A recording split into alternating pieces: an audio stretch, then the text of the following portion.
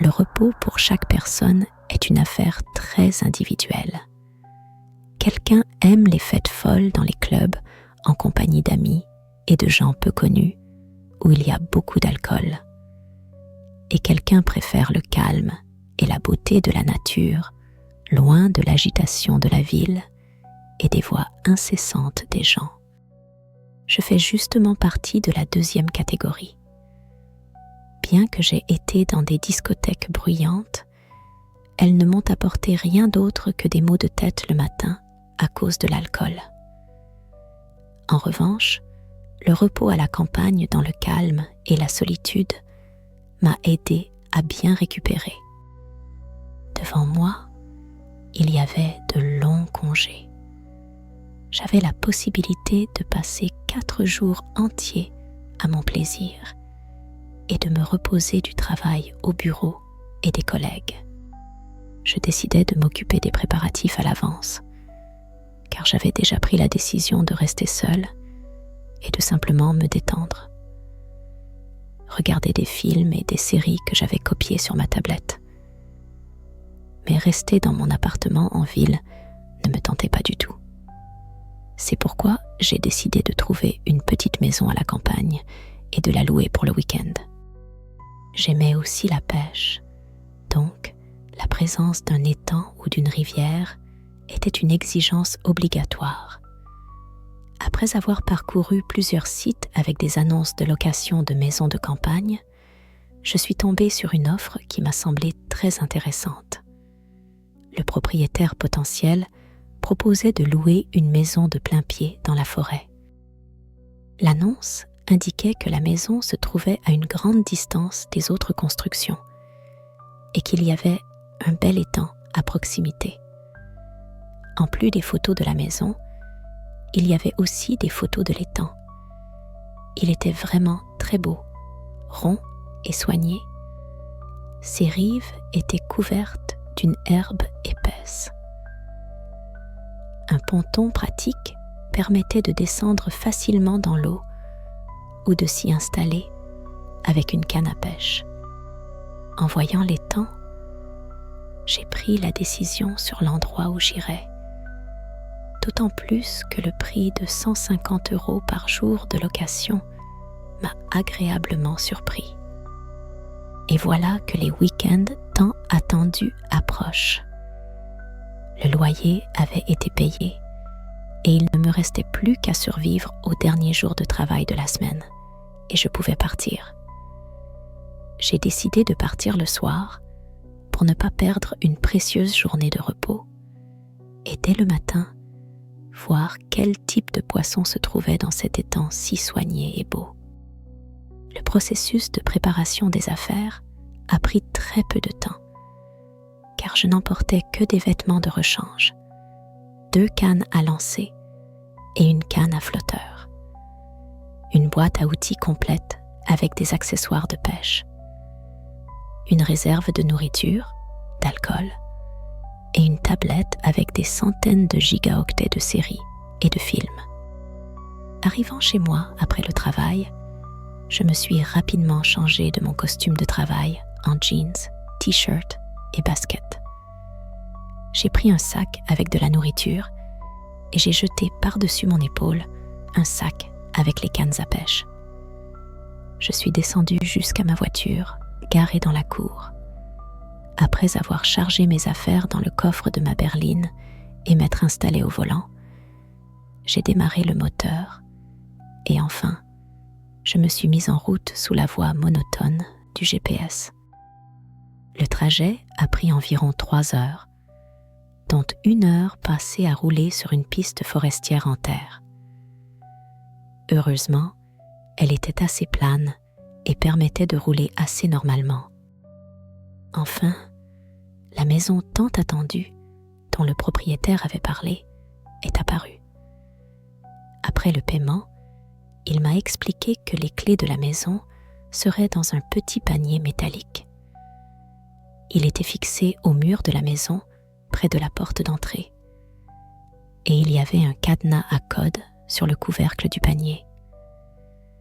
Le code m'avait été envoyé dès que j'ai effectué le paiement, Étonnée mentalement par le système pratique de remise des clés, j'ai commencé à m'installer.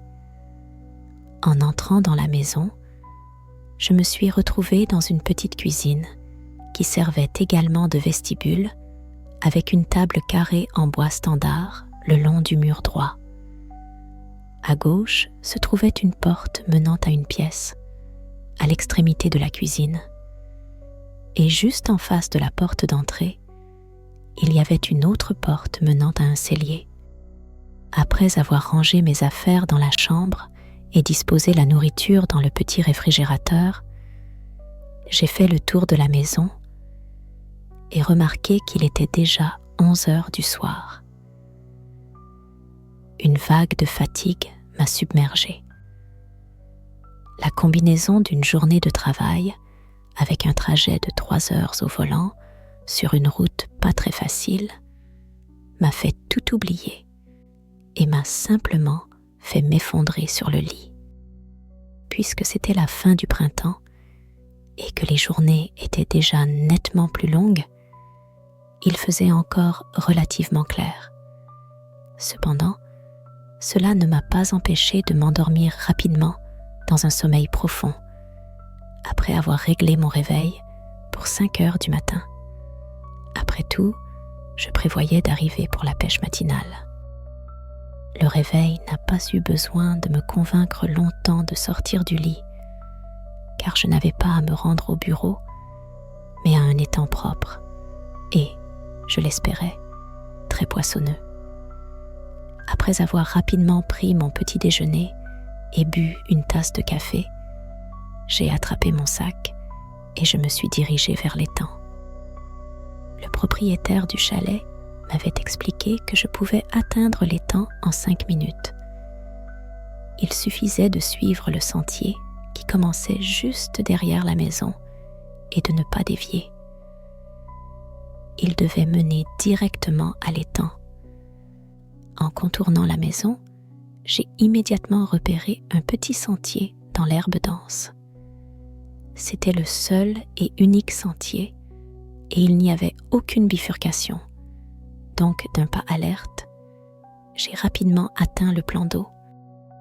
Il se trouvait dans une petite clairière entourée de tous côtés par une dense forêt. L'étang lui-même était bien plus beau que sur les photos. Il était d'une forme parfaitement circulaire. Je n'avais jamais vu quelque chose comme ça. Et ma première pensée a été qu'il était artificiel. Parce que je ne croyais pas que la nature aurait créé une forme aussi parfaite, j'avais l'impression qu'elle avait littéralement été tracée avec un compas géant. Mais qui aurait creusé un étang et se serait donné tant de mal avec sa forme, si loin des gens, au fin fond de la forêt? Ce n'était pas une ferme piscicole après tout. Les rives de l'étang étaient faites de terre ordinaire, ce qui était très inhabituel. L'eau, soit dit en passant, était quelque chose de spécial. Elle était si claire qu'elle ressemblait à de l'eau de source. Il n'y avait pas de lentilles d'eau ou de boue à la surface de l'étang. L'herbe couvrait les rives jusqu'aux genoux, sans qu'il n'y ait un seul brin de roseau. Ce qui était étrange, car les roseaux sont très courants dans de tels endroits. Le diamètre de l'étang était d'environ 10 mètres. Il n'était pas très grand. Le fond était couvert d'une épaisse couche d'algues. Elles étaient parfaitement visibles grâce à l'eau absolument claire. La profondeur près du rivage n'était pas très grande. Le quai mesurait environ 3 mètres de long. Il atteignait presque le milieu de l'étang. Et lorsque je marchais dessus, je regardais constamment dans l'eau. La profondeur augmentait lentement, mais ne dépassait pas 1 mètre. Mais lorsque j'ai parcouru plus de la moitié du quai, à ma grande surprise, j'ai remarqué que l'étang, qui selon moi ne devrait pas être plus profond que quelques mètres, commençait soudainement à devenir beaucoup plus profond. Et pas juste un peu, mais à chaque pas sur le quai, la profondeur augmentait d'environ un demi-mètre. Arrivé au bout du quai, malgré la clarté absolue de l'eau, j'avais du mal à distinguer le fond. Il était toujours recouvert d'algues vertes, formant un mélange de différentes plantes. D'après mes sensations personnelles, la profondeur était d'environ 5 ou 5 mètres et demi. Mais ce qui était le plus étonnant, c'est qu'elle continuait à augmenter et que le fond était tout simplement invisible plus loin. Après avoir suffisamment observé ce spectacle, j'ai ouvert mon sac et pris ma canne à pêche. J'ai sorti de ma poche un support spécial pour elle. J'ai déployé ma canne télescopique qui mesurait 6 mètres de longueur et était elle-même plus de la moitié de la longueur de l'étang. J'ai attaché le flotteur tout en haut, à l'extrémité de la canne à pêche. Après avoir réglé la profondeur à 5 mètres, j'ai positionné la canne de sorte que le flotteur soit même plus loin que le milieu de l'étang. En tant qu'appât, j'ai utilisé de petits vers de terre, car c'était peut-être l'un des appâts les plus polyvalents. J'espérais attraper quelques poissons, mais j'espérais aussi avoir de la chance et trouver un poisson intéressant ici. Ensuite, j'ai sorti ma canne à pêche. J'ai pris une légère, car je ne m'attendais pas à pêcher un poisson qui nécessiterait une canne puissante. Après avoir monté le moulinet, passé le fil à travers les anneaux et attaché un bas de ligne, j'ai mis un petit leurre. J'ai commencé à faire des lancers dans l'étang, en les lançant vers le centre. Mais il n'y avait pas de touche. Cela a duré environ 2 heures. Et même si j'étais habituée à attendre les touches, le fait que même la canne à pêche habituelle ne bougeait pas m'irritait. Habituellement, dans de tels plans d'eau, il y avait beaucoup de petits poissons qui, bien qu'ils ne puissent pas avaler l'hameçon, tiraient périodiquement sur l'appât. Et cela se voyait au flotteur. Mais maintenant, le flotteur était totalement immobile, comme si j'avais jeté ma ligne dans une piscine où il n'y avait pas de poissons. Je m'ennuyais. Alors, j'ai décidé de vérifier la profondeur au centre du lac. Si les taux de profondeur n'avaient pas changé, il devrait y avoir environ 10 mètres là-bas. Pour un tel étang, c'était tout simplement un chiffre incroyable. J'ai soigneusement calculé la force du lancer et j'ai lancé le leurre exactement au centre. J'ai décidé d'accrocher un leurre pesant 40 grammes. Dans ce cas, aucune expertise particulière n'était nécessaire, car le lancer était littéralement à quelques mètres. Le poids a plongé dans l'eau avec un son caractéristique, et j'ai commencé à attendre que l'appât atteigne le fond. Mais à ma surprise, même après 10 ou même 30 secondes, je n'ai pas senti l'appât toucher le fond. Il continuait simplement à descendre rapidement sous l'eau, déroulant la ligne de la bobine. Cela a duré environ 1 minute. En regardant le moulinet, j'étais tout simplement abasourdie. On pouvait voir sa base, qui était visible parce que la ligne était presque entièrement enroulée. Mais il y avait 100 mètres de ligne dessus. Autrement dit, au centre de ce plan d'eau se trouvait un véritable puits de plus de 90 mètres de profondeur. J'ai commencé à remonter le matériel. Mais dès que j'ai fait une dizaine de tours de manivelle du moulinet, j'ai senti quelque chose tirer brusquement sur la ligne. Cela arrive lorsqu'il y a une touche. Alors instinctivement, j'ai rapidement donné un coup sec sur la canne à pêche. Ensuite, j'ai essayé de récupérer ma mystérieuse prise. Mais la ligne ne bougeait tout simplement pas. C'était très similaire à un accrochage, mais je me souvenais bien de la secousse caractéristique d'une touche. Cependant, il n'y avait aucun mouvement ou tentative de résistance typique d'un poisson accroché. Déterminant qu'il s'agissait tout de même d'un accrochage, j'ai enlevé mon t-shirt, l'ai enroulé autour de ma main, puis j'ai entouré la ligne autour de ma main plusieurs fois et ai commencé à la tirer lentement vers moi en augmentant progressivement la force. Mais soudainement, quelque chose a tiré si fort sur la ligne que je me tenais au bord du quai. Je n'ai pas pu maintenir l'équilibre et je suis tombée à l'eau. Au fait, c'était glacé. Une fois, je me suis baignée en hiver dans l'un des monastères. Eh bien, les sensations étaient à peu près les mêmes. L'eau brûlait simplement de froid.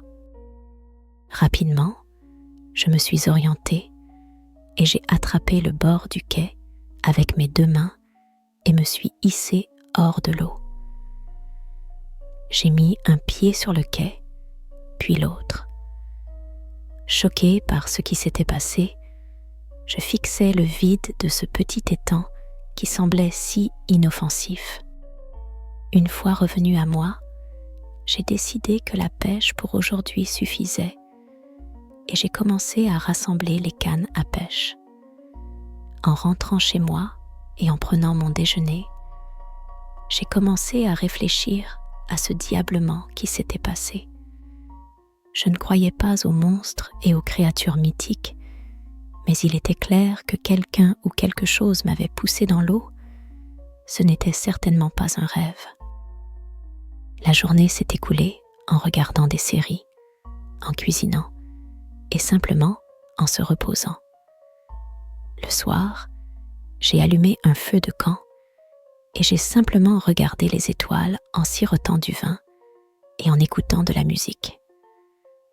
Mais tout au long de la journée, je ne pouvais pas m'empêcher de penser à ce qui s'était passé sur ce lac. Le lendemain, j'ai décidé d'examiner de plus près ce mystérieux étang. J'ai pris avec moi une 2e canne à pêche et une ligne capable de supporter plus de 100 kg de tension. Puis, je suis retournée au bord de cet étang. Après avoir posé la canne à pêche sur le quai, j'ai décidé de faire le tour de l'étang attentivement et d'inspecter ses rives. Elles étaient d'une forme trop parfaite pour être naturelles. En examinant attentivement l'eau le long du rivage, j'ai remarqué qu'il n'y avait pas un seul alevin ou gardon. Ils sont généralement nombreux le long du rivage, formant de petits bancs, mais il n'y avait rien ici, bien que cela ne soit pas surprenant compte tenu de la température de l'eau. Après avoir terminé l'inspection du rivage, je suis retournée au quai et j'ai décidé d'essayer à nouveau de jeter ma ligne dans l'abîme. Mais cette fois-ci, c'était beaucoup plus puissant et il y avait plus de 200 mètres de ligne sur le moulinet. Pourtant, malgré le fait d'avoir tenu la canne à pêche derrière moi, je n'ai jamais fait le lancer.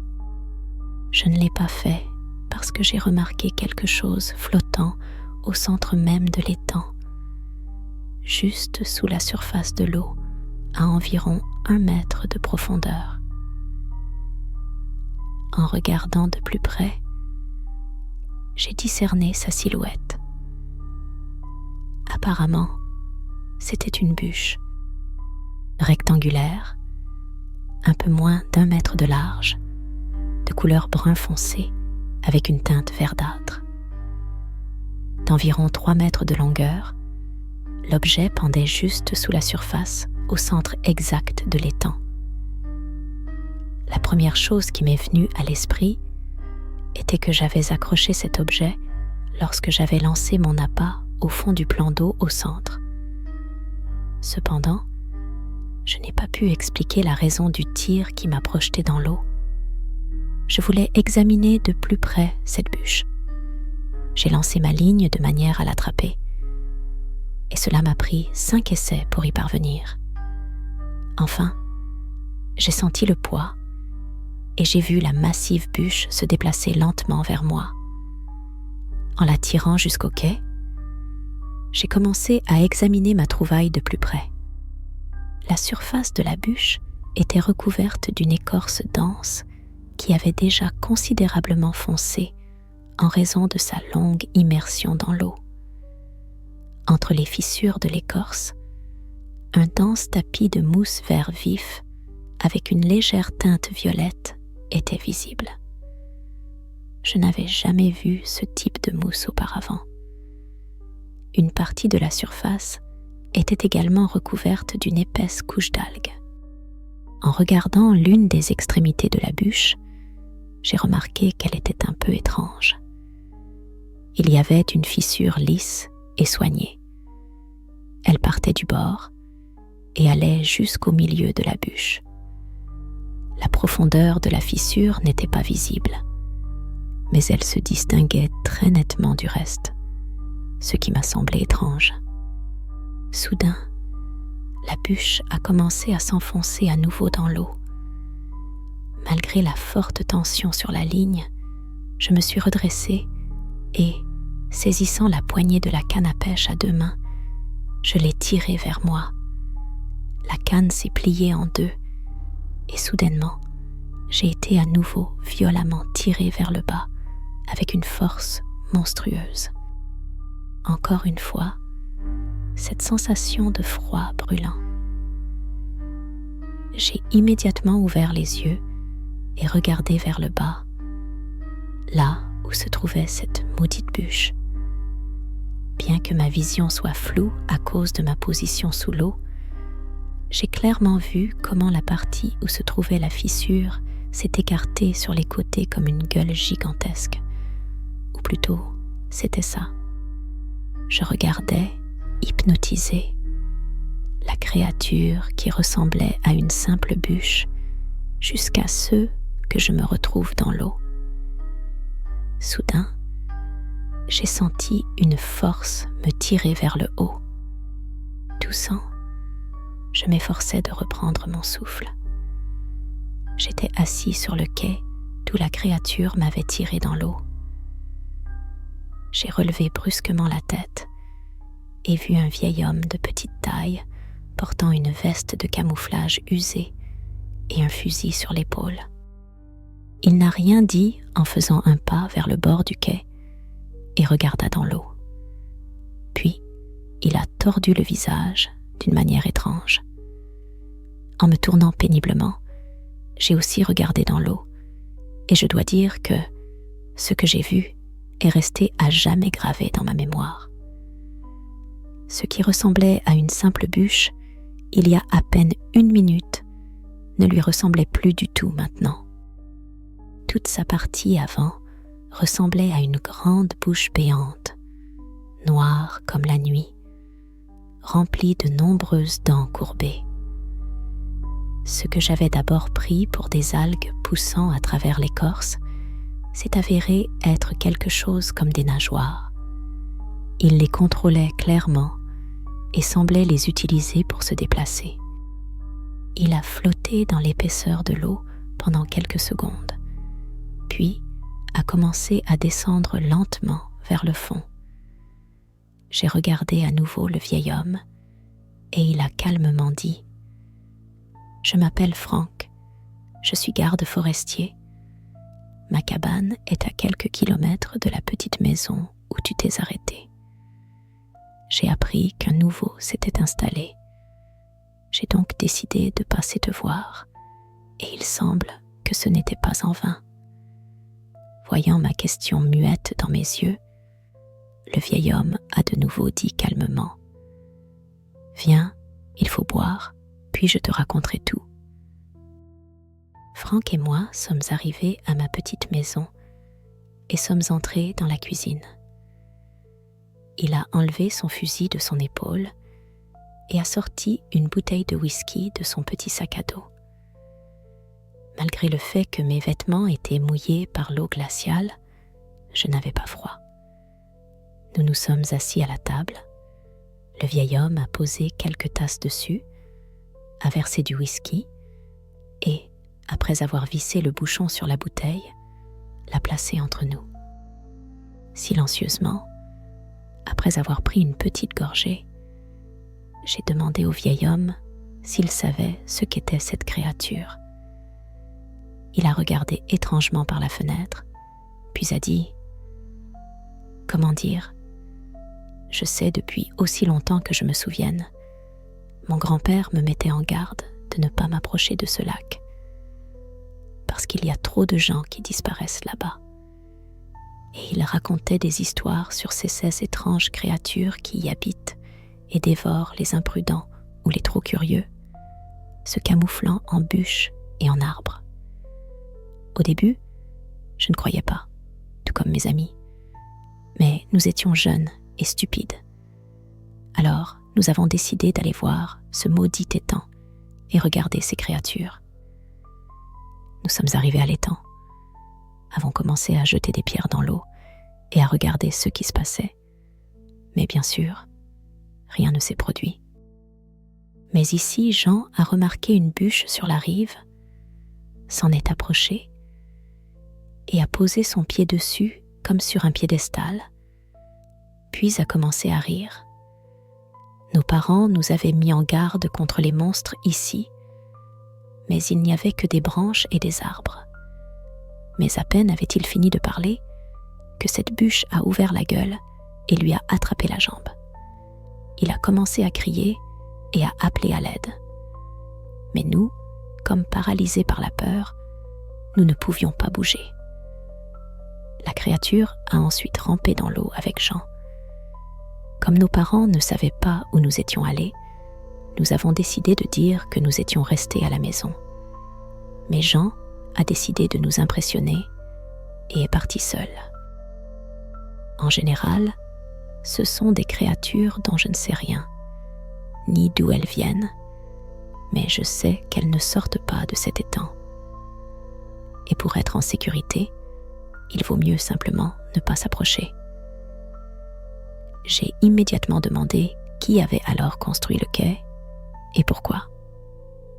Le vieil homme a répondu que c'était le propriétaire de la maison qui l'avait fait, probablement pour mieux louer le chalet. Alors, j'ai demandé encore « Est-ce que les touristes viennent souvent ici ?» À quoi Frank a répondu que malheureusement, plus souvent que souhaité. Mais heureusement, peu de gens osent se baigner à cause de l'eau glacée de l'étang. En général, la plupart rentrent chez eux.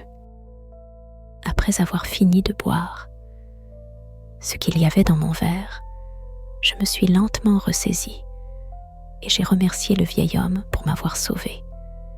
J'ai proposé de lui donner de l'argent en guise de gratitude, mais il a immédiatement refusé et simplement, en prenant son fusil sur son épaule, il m'a conseillé de partir dès que possible. Et autant que possible, prévenir les autres que ce n'est pas le meilleur endroit pour se détendre.